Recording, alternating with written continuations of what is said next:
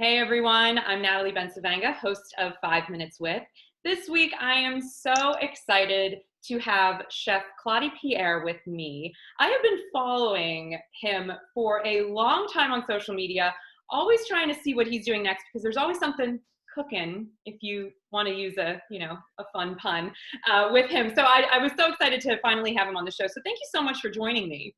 Hey, thanks for having me. And I just want to say I'm just as much of a fan of yours, and I love the fact that you're highlighting so many great things and people too. You know what I mean? So thank you so much for what you're doing, and I can't wait to do this with you because it's like I'm like excited. So thank you.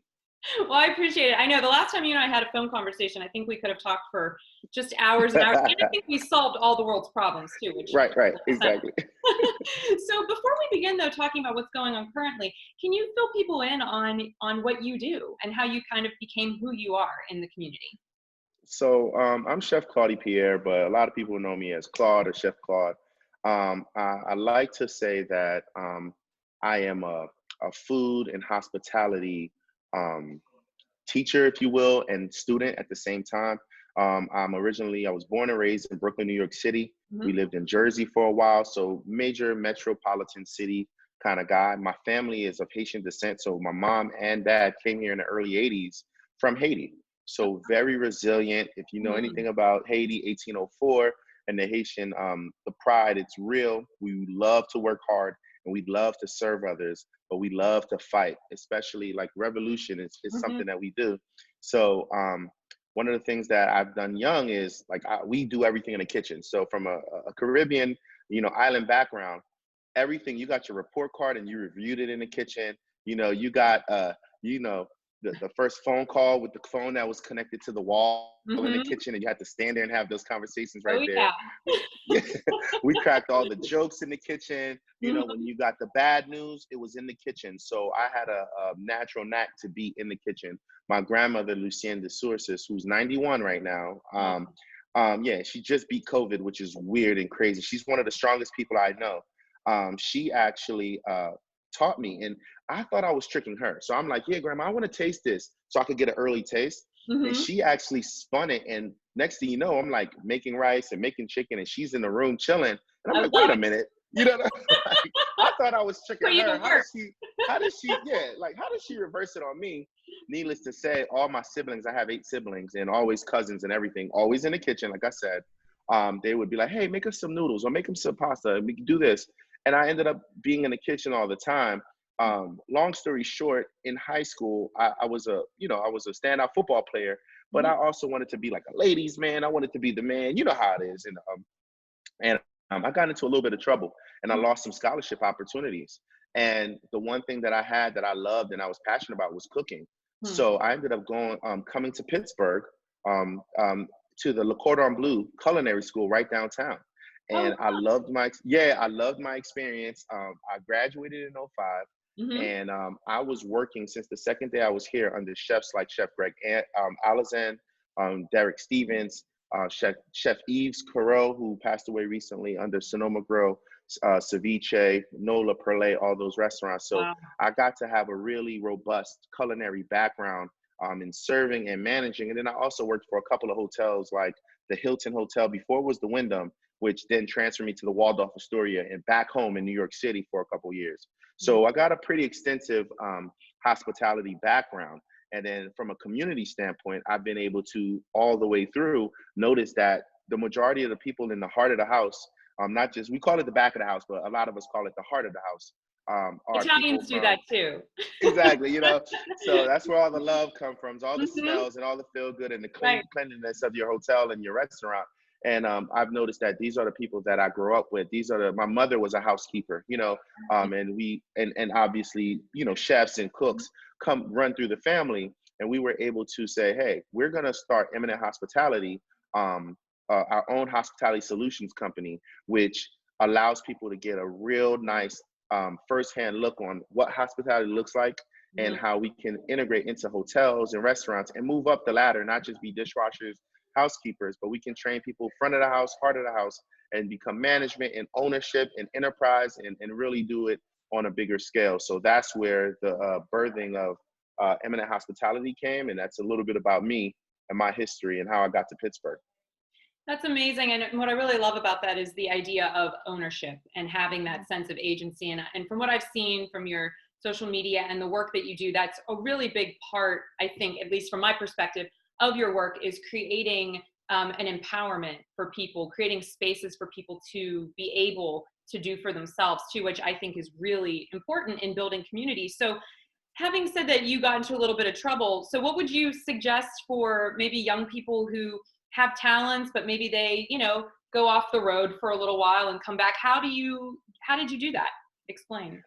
I mean, I think the biggest thing is the way that I believe that our Hmm. youth, or even anyone that wants to succeed in entrepreneurship, Hmm. can actually benefit, or any advice that I would give Hmm. to those entrepreneurs would be to honestly have grace and have patience. And Mm. that's grace and patience means having patience, stop trying to rush it. I know we're in an internet day and age where everything Hmm. comes instantaneously, and I have to look like I have a nice car, and I have to look like I have a nice house, and I have to have different clothes and things to appease to other people. But believe it or not, it will come in due time, and experience is the best teacher.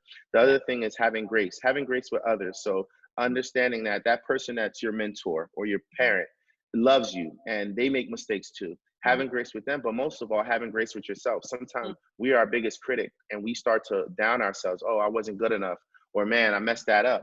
And instead saying, hey, you know what? What did I learn from this? How can I grow from this? And then also take a lot of notes. Just take a million notes and write it down, your thoughts, brain dump, but also take notes from the things that you do so that you can incorporate it into your next venture. And don't be afraid to take risk.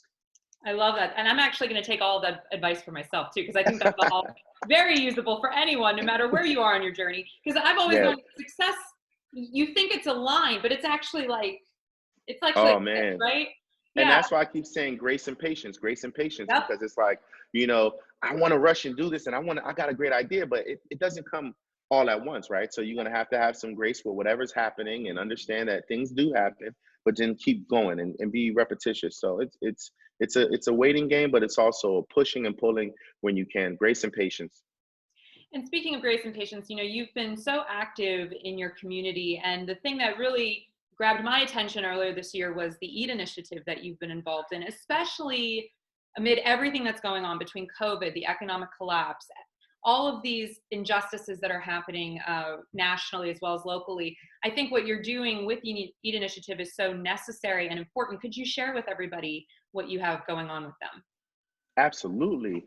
And just to echo what you're saying, during a pandemic, Mhm. it's like you get a fight or flight, uh, you know, uh, kind of vibe where you gotta either fight because your back is against the wall for your Mhm. community, for yourself, for your family, or you're like, you know what, I just need to go into hiding because I don't know what to do. And one of the things is that we decided having a peace of mind Mhm. revolves around finance and food and family.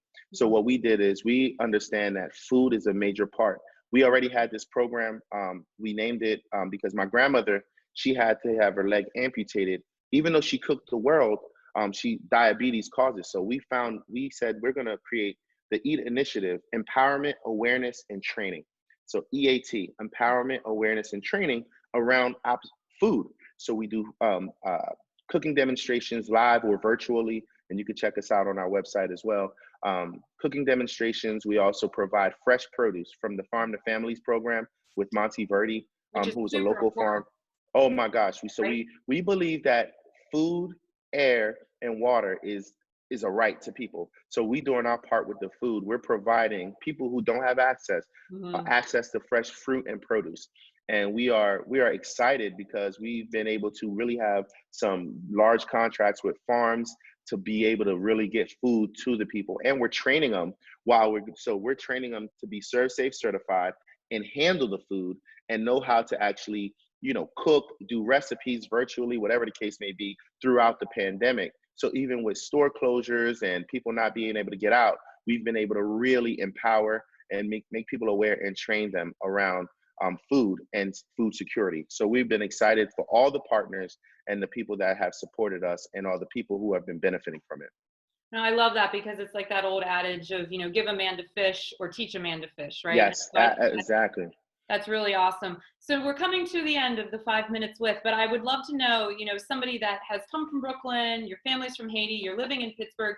What would it take to make Pittsburgh more livable for all the communities here in your I mind?